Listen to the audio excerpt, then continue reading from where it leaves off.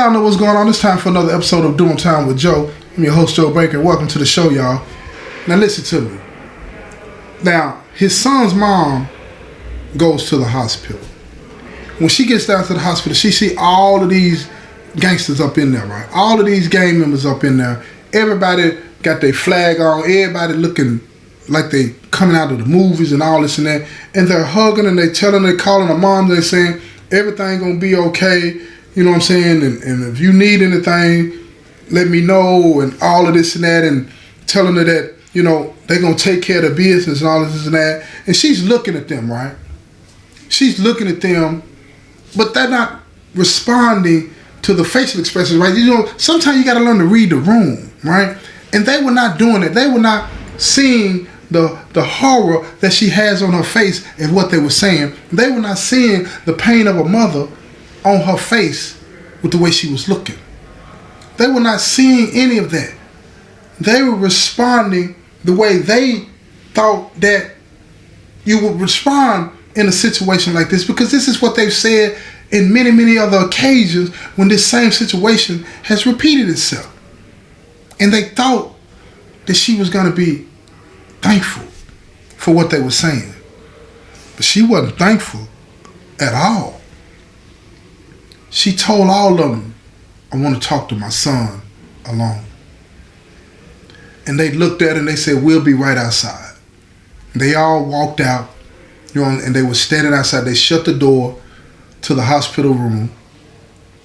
And his mother, she sat by his side on the bed and she wiped his face like she would do when she was, you know, raising him, both him and his brother, you know, and telling him how much she loved him as she, you know, gently caressed his face. And he's looking at her and he knows that she's hurting.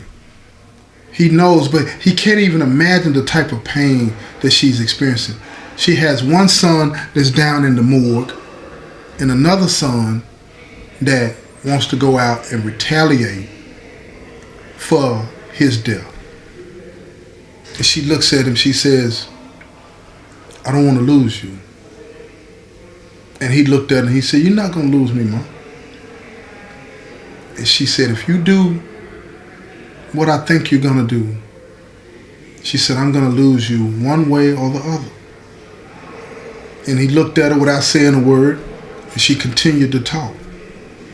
And she told him, I told your daddy years ago that what he was teaching you and your brother was wrong.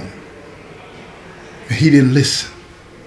I told him one day that this was going to happen, but he didn't listen. And now I'm here to tell you that I talked to your daddy. And your daddy is on the phone crying to me like a baby, begging me to come down here to tell you what I told him years ago. That this lifestyle is going to lead you to the grave or to the prison. And that's what I'm here to tell you. And if you don't listen, the same thing that happened to your brother is going to happen to you. And he lay there and he's looking at his mom and he's trying to figure out how to respond to it and all this and that. And he tells her, like a lot of people do this living the gang life. He said, you don't understand. You don't understand what I'm going through. She looked at him, she said, you don't understand what I'm going through. I gave life to you and your brother. I gave life to you. And now you treat that like it means nothing. You treat the gift of life that God gave me to give to you like it doesn't matter. You're not thinking about your brother. See, you're listening to the twisted ideology that your daddy put in your head, and all the people that are around you telling you that this is the right thing to do. You're listening to them. But you need to be listening to me. And he kept saying, he's looking away left and right, and tears started running down his face. He said, you don't understand. I got to do this. And she said, no, you don't have to do nothing. She said, you think you do. You think you do. See, a lot of times our minds get so polluted that we think that if we don't do it, we're going to be seen as weak. We're going to be seen as somebody that don't care about their brother being killed. But see, that's what that twisted mindset will get you. It'll make you think that all of the things that you should be doing are wrong and the things that you want to do are right. You know what I'm saying? No. What he wanted to do was to find a way out. But he couldn't. See, the lifestyle have you where you want to try to save face. See, it's always this, checking the temperature. He wants to see if he can still be a part of it, but not be a part of it. You understand? Yeah. He didn't want to walk all the way away. He didn't see it yet. So he knew the price to stay was that he was going to have to do what he had been taught to do. Because that's what gang members do when you banging. You get banged on, you go bang back. It's like beating a drum. But you don't realize the rhythm that you're playing to is one that's going to lead you like Spengali. You know what I'm saying? The Pied Piper. All the way to prison or the grave. Without hesitation. That's where you're going. But you don't see that because it's almost like you're under a spell.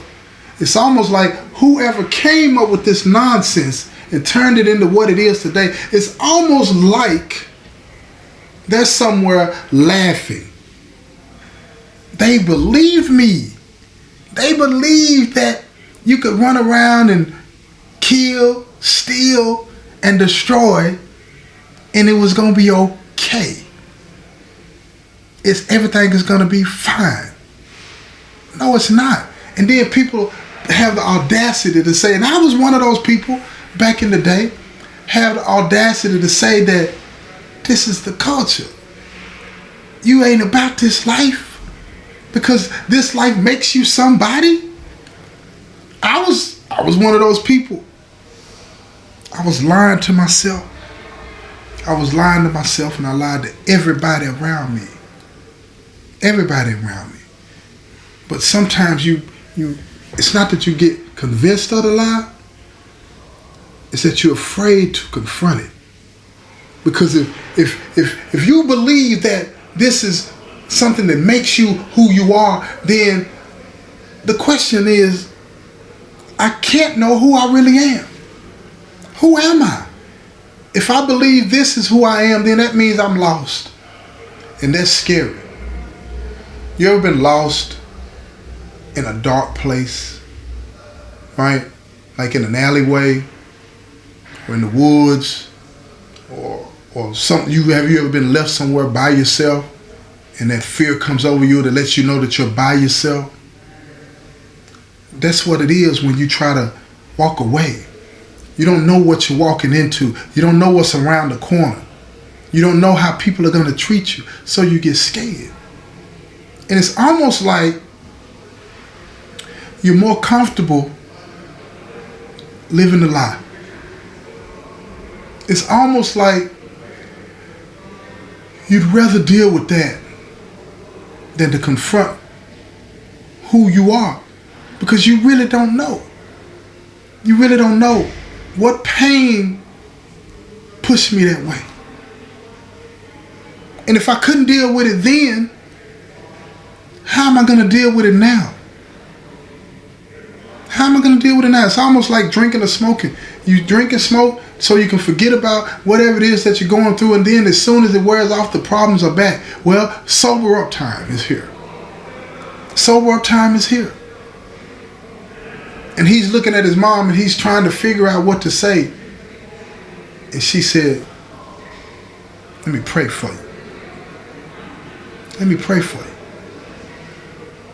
And she prayed for him. And he sat there and he watched her the whole time with her eyes closed as she was praying for him. He didn't close his eyes. He was that afraid. You imagine being afraid to pray? Can you imagine that? Being afraid to pray? Because you don't know what's going on. Your brother's dead, and if you don't do anything about it, you're going to start to believe, because a lot of people try to manipulate you and tell you, your brother died in vain. You know what the truth is, though? His death would not be in vain if he wakes up. Hold up. Hold up. Listen to me. Am I saying that it's okay that his brother's gone? Absolutely not. I'm not. No more than I'm saying it's right for anybody after to pass away at the hands of somebody else doing whatever issue is going on, right? It's not what I mean. What I am saying, though, is this. If you learn through that tragedy, or from that tragedy, that what you're doing is wrong, then the death is not in vain. The death is not in vain. It's still not right. And you got to pay for that. You got to pay for it. You got to make amends. You got to repent. But if you learn something from it, it won't be in vain. And he's struggling trying to figure out, what is the lesson? What's the lesson here? So after she finishes praying for him, she said, it's not in my hands anymore. It's in your hands. It's up to you. It's up to you. I've done the best I can for you and with you. And now you have to make a choice. She leaned forward and she kissed him on his forehead. And when she came and she raised up from him, kissing him on his forehead, she looked down at him, and tears were running down her face, and tears were running down his face. And she lingered right there for a minute looking at him, and she said, I love you. I love you. And he looked back at her and he said, I love you too, Mom. And then she walked out the room. And when she walked out the room, all of the gang members, his so-called street brothers, they all hustled back into the room, and they were telling him all of the things that they were going to do and all this and that. And he just lay there in silence with a fake grin on his face. Fake grin on his face, because now it is on him. And he does have a choice. But he's trying to figure this out, y'all. He's trying to find a way to do whatever it is he needs to do to be whole. He lays there and he just starts to cry. And his brothers, all of them, they stop and they start to look at him, and he's just crying, and he's got his eyes closed. And he keeps saying, enough. Enough of this. What are we laughing about? What are we celebrating? My brother's gone. My brother is gone, and y'all in here laughing like this is funny. This is not funny. And the whole room was silent. The whole room was silent. It was one of those moments where you're waiting for this big speech, you know what I'm saying? And everybody's looking at him and they're waiting for him to say what they want to hear him say. As soon as I get well, we're going to take care of the business. That's what they want him to say. And he's looking at him, he's scanning the room. You know how you got to read the room and figure out, you know what I'm saying, what everybody's thinking at the same time, and then you respond to that and you satisfy whatever it was that they were wanting from you. He's reading the room. And that part in him that's saying, tell him to get out, is competing with that part of him that's telling him to let's do this. Let's do this. But he knows that no matter which one he says, he's going to have to lose something. He's going to have to sacrifice here. That's what happens when you grow. You can go for the good, or you can go for the bad. And you're going to have to tune in to the next episode to find out which way he went. This has been another episode of Doing Time with Joe. I'm your host, Joe Baker, and I say peace, y'all.